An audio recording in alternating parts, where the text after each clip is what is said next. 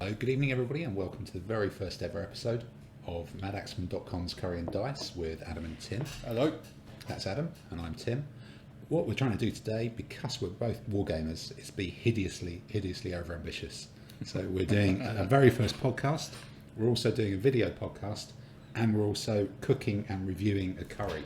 So as well as talking about the Burton Doubles game from a few weeks ago at the Burton competition, we'll also be cooking, eating and reviewing Sainsbury's Indian takeaway for two, which includes chicken tikka masala, chicken madras, also poppadom. No poppadoms on this one, but we do have a large plain naan and 4 onion bhajis. Sounds good. Something to look forward to. Well, that's probably in about 15 minutes when we do a small break in this one. I go put the bhajis into the oven. But first up, let's really start talking about the game and Adam.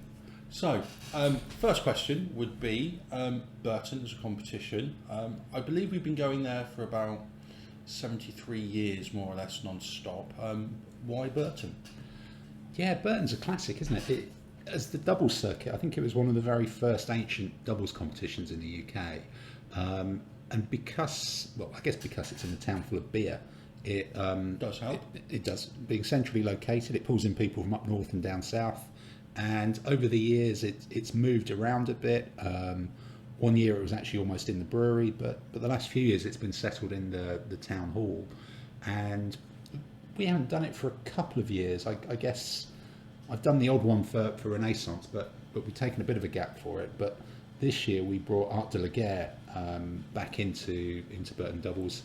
So they now play doubles with DBMM, Fog, and Art de la Guerre. That gut probably does reflect confusions going on in the ancient competition scene.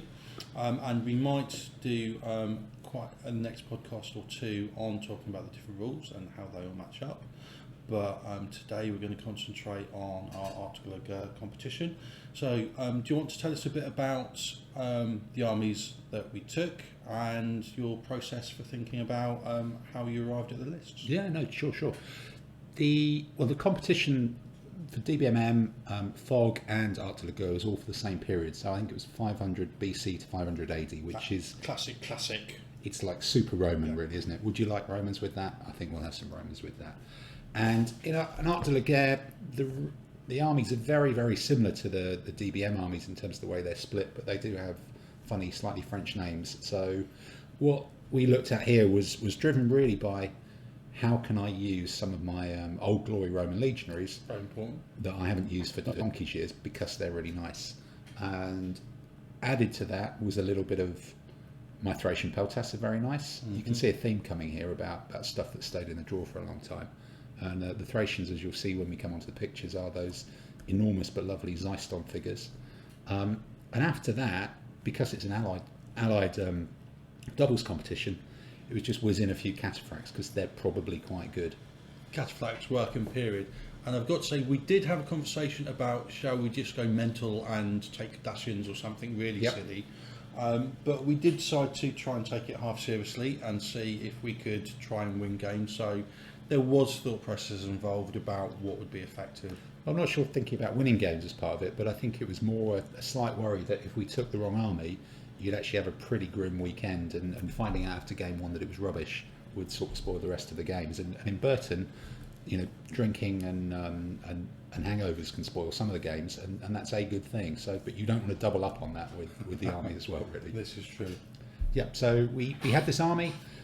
We took the triumvirate Romans and a Judean Jewish ally, which is basically a Roman client state. It was a Roman army light, and again that you'll see. The two armies in Art de la Guerre, each army has 3 commands. We had 2 armies with very, very similar structure. They had a legionary command. The Roman legionaries were better quality than the Judean legionaries. They had a allied command to both armies. One was Parthian, one was Armenian. Indeed. Which were the cataphracts and some light horse, almost identical in composition. And then 2, which we, in inverted commas, called rough terrain commands, with Thracian Peltasts, blokes with sticks, and Theophori, that classic. Theophori, yes. I wasn't trying to say that. I wasn't even trying to read it out. I'm not even sure if that's how you pronounce it, but it's close enough. I'm sure some Greek scholar will phone in and tell us that we're completely wrong. And actually, part of the other theme, 2 units of gladiators, because if you own 4 bases of gladiators, you've really got to use them, and they've not appeared since my last ever fog game, which was in Warfare about 6 or 7 years ago. And then 1 elephant just squeezed in there. The elephant's important. The elephant's important. So rolling on to the page, we're going to actually sort of scroll down and talk through some of these photos and talk through the game. You can obviously read along with this, but here it is. So that's the quick summary that we put: 2 rough terrain commands, 2 legion commands, 2 cataphract commands. And that gave us all sorts of different options in terms of deployment. It sort of felt like we were using 3 armies, not 2. Yeah. I mean, there's 2 armies that are mirror identical, but the options there are: do we split them half each and go either side, or do we go cataphract heavy on one flank? Do Legion heavy, yeah, you could double up, double down, or a lot of opportunities to get the deployment wrong as well, I guess. It's also important. One risk we were actually taking is where both armies had an ally, and allies would be unreliable, whatever it's called in Art de la Guerre. I think it's unreliable, possibly. There was quite a lot of risk that we would have unreliable commands, but that's a risk that we just thought. It's a bit of fun, isn't it? Give it a go. Roll the dice. So game 1, we were fighting a late Roman army with British allies. This is your post-Roman British type thing, just towards the end of the period. And the table was a pretty classic ancients table. Little bit of terrain on both sides, big empty space, made us think, and I don't think there was much there for the rough terrain troops, which was. And this was looking at this army, looking back at this army. This is an interesting thing. It's a common trope you get in ancients competitions about a rough terrain command, and one of the questions is, if you don't have rough terrain to put them in, what do you do? And this is one of the problems we had in this game. Well, looking at this game, I was sitting on the left of the table, you were on the right. So clearly, what I did about that problem was give that problem to you by giving you both rough terrain commands. Well, thank you very much. That's it. It all worked. So looks like we kind of stuck the legions in the middle. What rocket science? What thought? That must have taken ages. We lobbed all the cataphracts on one flank, and you drew the short straw of the complicated stuff. To lose a flank slowly, I think, is while you went and scored a stunning victory with cataphracts. I think it was the plan. Well, given they were my figures, that was always going to happen, really. It's fair enough plan. That's got to be done, isn't it? And against us, loads of charging cavalry, some skirmishing stuff, which we weren't really used to, and then the foot on one side. So looking at that deployment, you're sat on the right with your legions and 2 rough terrain troops. Mm-hmm. What was your thoughts here? Do you think? The thoughts here, and it was always difficult, was the major blow was coming from the legions and the cataphracts. So the legions could just go down the middle and brace, and they're effective troops, so that's fair enough. I was looking for you to push hard with the cataphracts on the left to go and win the game, and with the rough terrain troops to protect the flank and lose slowly. Protect the flanks of the legions, really, I guess. Yeah. Yeah, and being sat there with the 2 cataphracts, those sort of thin amount of enemy cavalry in the top left of the picture, that did look like a bit of a target. So it really was full steam ahead with those cataphracts. So how did that develop? That's the map as you've seen. We've stuck there. I'm not sure these symbols will be the same each game. It depends how organised I was. But that was the rough terrain command with the elephants, the solid infantry in the middle, Armenians and Parthians over here. And that cavalry just felt like the target, hit them and roll up and don't screw up too much over here. Indeed. So as the game starts, nice solid lines, 2 legions moving forwards, skirmishing troops out front. As Caesar intended. As Phil Barker intended. Not saying these are DBX based rules, but they are. And the enemy weren't doing a vast amount here. They'd just thrown through a few skirmishes. It was a bit of a waiting game. We were the ones who were going to get backache here, and that was pretty much clear straight away. This is a bit of a close-up of the enemy army. You can see at the back there's actually a command whizzing across. This was the command who, let's just have a look again. This was the command who was sort of sat here. They started moving off behind the army, and I think we're all still quite new at ADLG. It was a bit of a surprise to see them moving, but It was to think they would move that far, but to be fair, we should have sort of realised this, and to give credit to our opponents, it was a correct move. They saw the weak part of our line, and they moved troops there to put pressure on the weak part and try and collapse us there. It's a good move. And all we were doing really was just thinking about when the bar was open and just rolling straight forward with our troops. So not the cleverest thing to do about it. So this must be the end of their line. You can just see the cataphracts in here in this corner. So this command used to occupy this space. They've moved out. It does look a bit of a hanging flank, but equally our cataphracts are a bit of a way away from it as well. So they've got to swing round, and that is a big blob of solid infantry. And I think there's some cavalry here, but that's a difficult choice really when you've only got only 6-7 of these fairly slow-moving cataphracts. Mm-hmm. Was it chew up the cavalry and then try to roll up the infantry? The infantry is still going to wait there till the Judean legionaries come in. So moving that big gap did give us a little bit of a problem that we didn't really do anything about. It did, and I think one thing, and this is a lesson, is cataphracts are quite powerful going forwards, but if there's nothing in front of them, they are very, very slow and unremovable to turn. So where the troops disappeared from in front of them, we always struggled to leverage their power. No, I think we did, and maybe that's something about the rules kind of working like war games rules should. Mm-hmm. Here we go. This is your bit of the table, isn't it? This is my bit of the table, and I was hoping to echelon my advance so the rough terrain troops stayed back. The problem being, as everyone else went forward, they got pulled forward in the wake.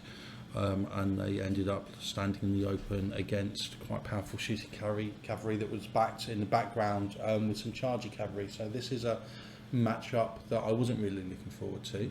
But at least you've kept the light infantry in front of the elephant, which is really important in Art de la Guerre, because all other troops, you'll see this rules hint if you're reading it, but all other troops have the opportunity to rally once they received hits, but the mechanic is that elephants can't. So if an elephant gets shot, it loses an awful lot of its capability. Which is really cute, actually, because it makes elephants quite powerful going frontally, but once they start going down, they can't come back out, which is, as a rule mechanic, quite impressive, really, and very simple. Oh, so the shooty cavalry have rushed up, and they're really starting to shoot at your Thracians here, and it looks like you're picking up some markers there.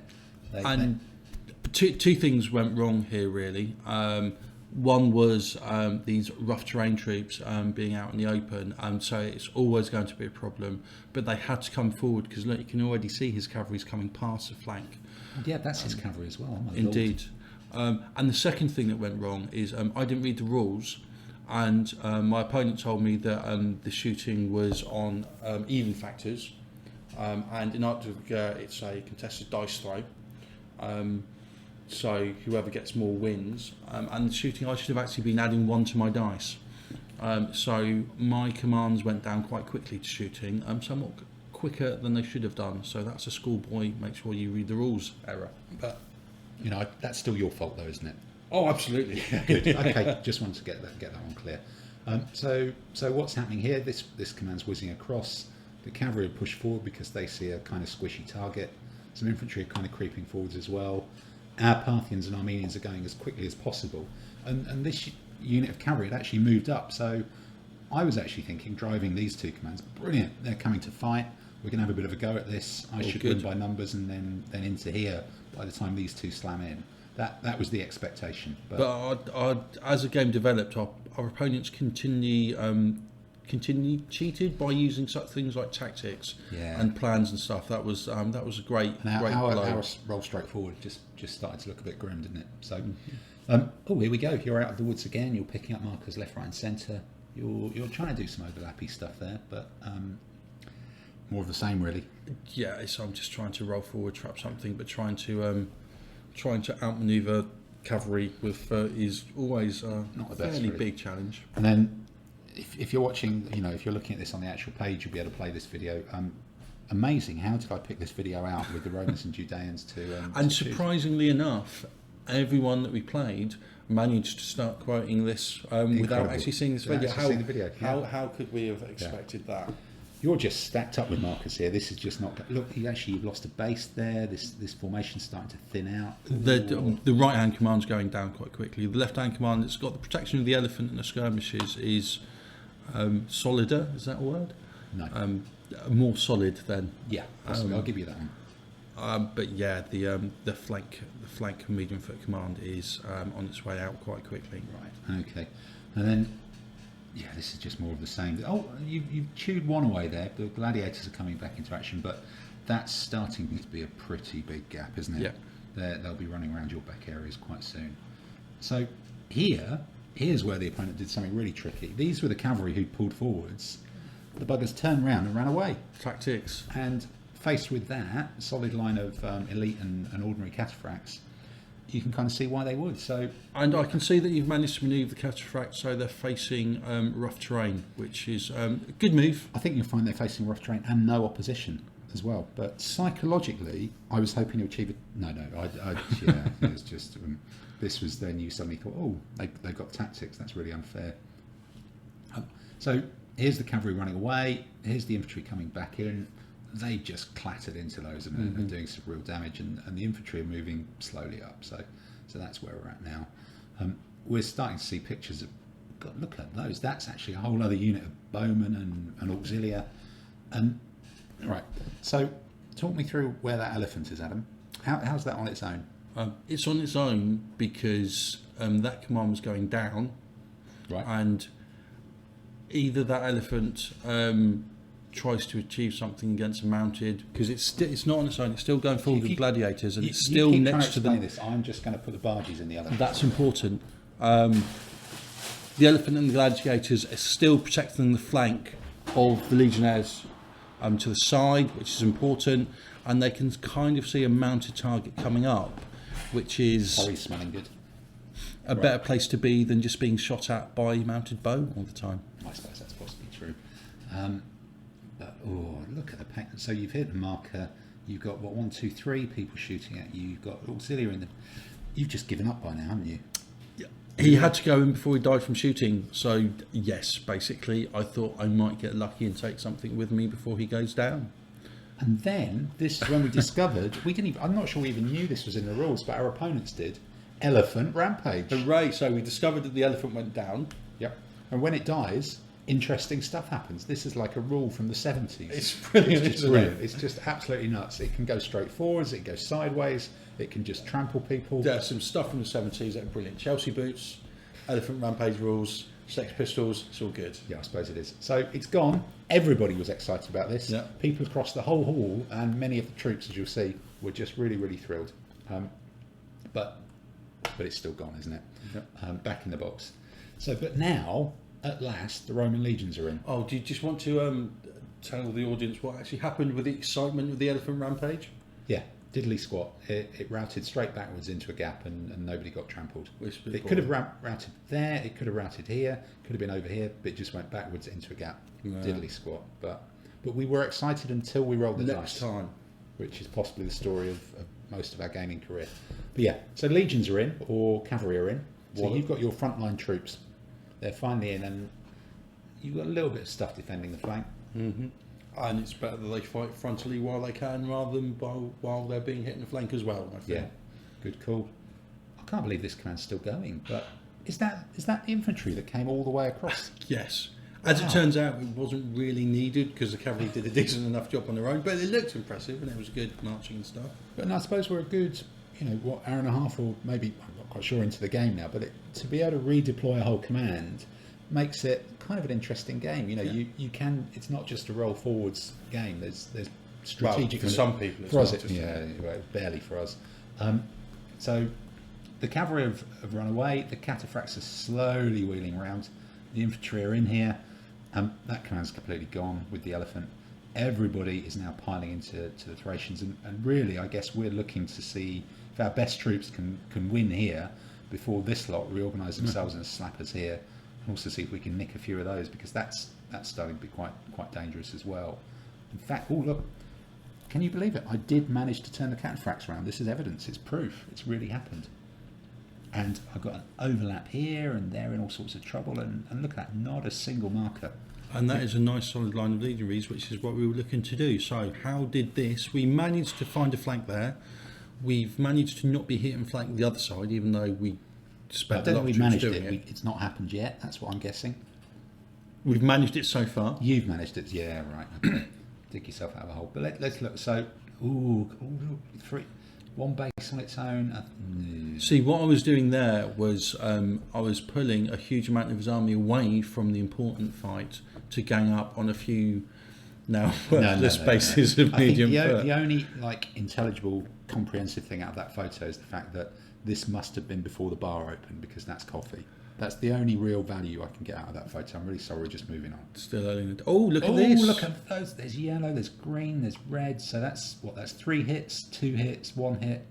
These guys can take 3 hits and the 4th one, bang, they're gone. So our impressive plan of getting in a straight line and getting into a lucky dice fest seems to be paying off. But I'm not sure. I don't think these guys are as good as ours. We've got armour up to about there, which is a plus factor. A couple of your legionaries are elite as well.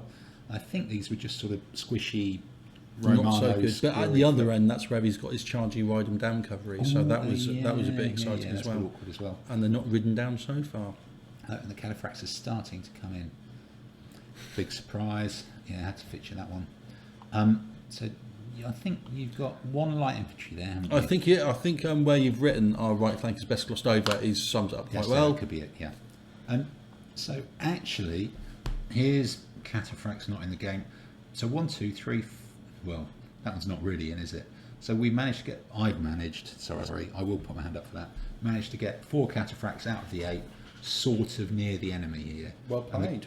And the cavalry are turning round to try and stop the roll up of the flank. So they've delayed us from awful type. They've taken quite a lot out there, but now we are starting to make some inroads into it.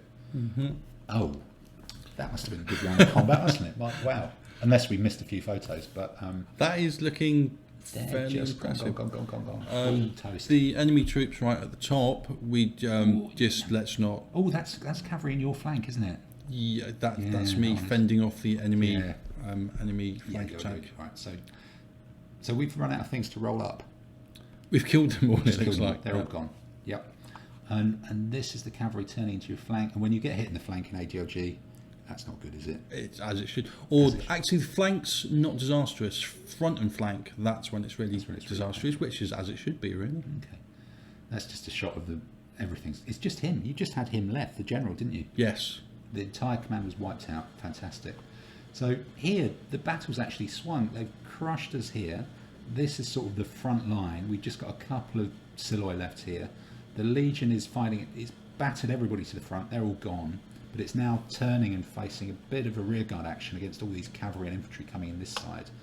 And the Cataphracts are just chasing anybody they can here. So this is a pretty... Stuff's happened in this battle, hasn't it? For our first Art de la Guerre doubles in this period, stuff's happened. It's not just a line up, and once things have won, they can actually go on and do something. But yeah, faster. That just sums it up, doesn't it? The Cataphracts needed to do things faster. The Cataphracts needed to be closer to the heart of the action, I think, is a lesson that we did actually take out of this game. Yeah, they could have gone straight down the middle. And that's a very well reorganised line, isn't it? Now that's all together, they can just start sweeping forwards. Everything they hit's got 2 overlaps, and that's going to roll us up pretty quickly. In fact, so that's your last legionary. Yes, that's and that was our best troops out of what, 5 units, 6 units, chewed up all the way along that line. Which is fair enough, really. They collapsed the flank. So you can't get much more stuff happening than that. That's quite spectacular, isn't it? The cavalry, they're still hanging on as... Actually, it's more important that we kill the cavalry than... Because there's nothing left to roll up here. We're just trying to chase the cavalry and they're trying to stop. So again, slightly different view. We formed a slightly more coherent line. We brought... The whole battle went through that 90-degree turn, really. These were light horse who started over here, but there was no way through here, so they're just holding off some of the enemy troops there. It looks like a Cataphract has squirted its way into this space to try and shore up this as well. But these are just in a long old slogging match, and there's markers appearing as these two fight it out with each other, and it's that 90-degree turn, and it looks like that's actually the end. So I think call it a draw. We would call it a draw. I think technically maths called it a 42-51 loss under the French scoring system, but it's effectively a draw. Neither army's been beaten, And we're I still in the think game. at one point I thought that was going to be a loss. So to retrieve Yeah. it from what did look to be quite a nasty position, I think we can be pleased that we didn't go down to a loss. No, I think you're absolutely right, and yeah, Annabelle wasn't keen, but Quite that's, rightly. that's not unusual. So, Mr. Tim, what lessons would you draw from that game? Well, I think the lesson I've drawn from that game is that we can just about get through talking about one of these battles in the time it takes to cook a curry. So let's get the curry out of the oven and tune in for the next episode of Curry and Dice with Adam and Tim on Madaxeman.com, and hopefully that's been entertaining for you.